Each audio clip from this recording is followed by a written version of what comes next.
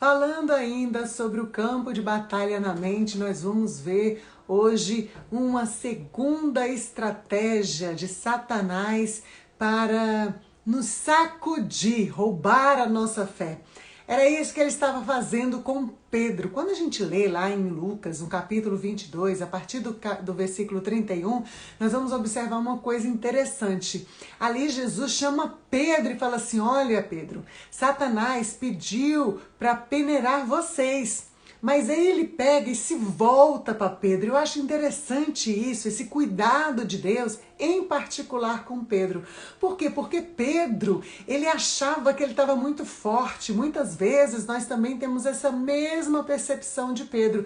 Achamos porque nós estamos andando com o nosso mestre, nós vamos resistir, nós não vamos falhar, nós não vamos cair, nós estamos prontos para toda e qualquer circunstância, para toda e qualquer batalha, mas o nosso Senhor, que sabe de todas as coisas e conhece o meu e o seu coração, sabe que muitas vezes nós vamos falhar. E Ele não nos acusa ou não nos menospreza por causa da nossa fraqueza. Muito pelo contrário. Quando Ele chega para Pedro, Ele chama a atenção de Pedro dizendo: Simão, Simão, Satanás me pediu a permissão para peneirar vocês. Mas aí agora ele volta no singular e fala assim: e eu orei por você. Ou seja, eu clamei a Deus, intercedi, Pedro, por sua vida, para que a sua fé não desfaleça, para que você não desista, para que você não se esgote na sua caminhada com o Senhor, mas seja fortalecido e você consiga passar por essa peneira. Porque quando Satanás pede para Jesus para essa permissão para nos peneirar, ele quer nos separar, assim como faz o trigo da palha. Essa separação, ele queria mostrar para Jesus que Pedro, ao ser sacudido violentamente, até aquele momento de grande turbulência na sua vida, ele não iria resistir e iria cair como uma palha. E que coisa tremenda é o nosso Deus, sabendo disso, sabendo que Pedro estava sujeito àquela falha, àquela queda, Jesus vai e alerta Pedro: Simão, Simão, eu estou orando por você, para que você não desista, para que você vença, para que você avance. Mas mesmo se você cair, Simão, era isso que Jesus também estava falando para ele. Quando você se levantar, quando você se soerguer, você vai fortalecer muitos, porque você sabe que eu estive com você nesse momento de fragilidade sua e não te abandonei, mas te dei forças para você se levantar de novo, mesmo que tenha falhado e caído. Esse é o nosso Deus. Pedro, na sua presunção, e muitas vezes nós estamos assim, fala para Jesus: não, Jesus, eu até posso ir ser preso ou até morro por ti. Mas Jesus falou assim para Pedro: Pedro, hoje mesmo, antes que o galo cante, você vai me negar 3 vezes. Então, o que nós aprendemos com essa palavra? Nesse campo de batalha, é onde Satanás tenta colocar no nosso interior que nós somos fortes, que nós vamos enfrentar qualquer batalha e nós sempre iremos vencer. E isso é bom, nós pensarmos assim.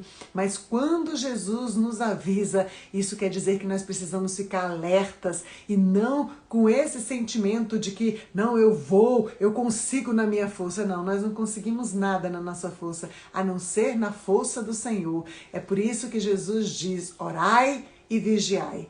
E lá na sua oração, quando ele ensina aos discípulos, ele ensina também nós orarmos: e não nos deixe cair em tentação.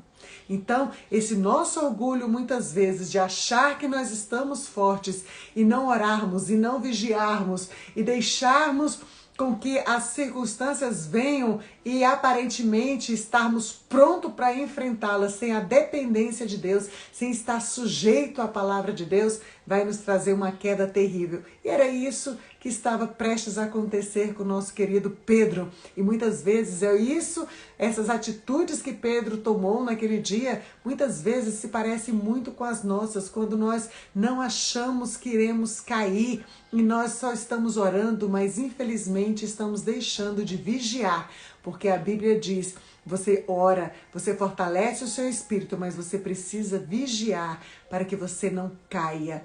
Então, que esta palavra venha nos fortalecer, que mesmo que nós venhamos cair, nós tenhamos a plena convicção que nós temos um Deus maravilhoso, que intercede por nós, que clama junto ao Pai, para que nós venhamos nos reerguer em vitória, com uma nova visão, com uma nova percepção, com um novo aprendizado, sabendo que eu, comigo mesmo, não tenho condições de enfrentar as lutas, a não ser que esse Jesus maravilhoso, através do seu Espírito Santo, me fortaleça e me capacite para vencer.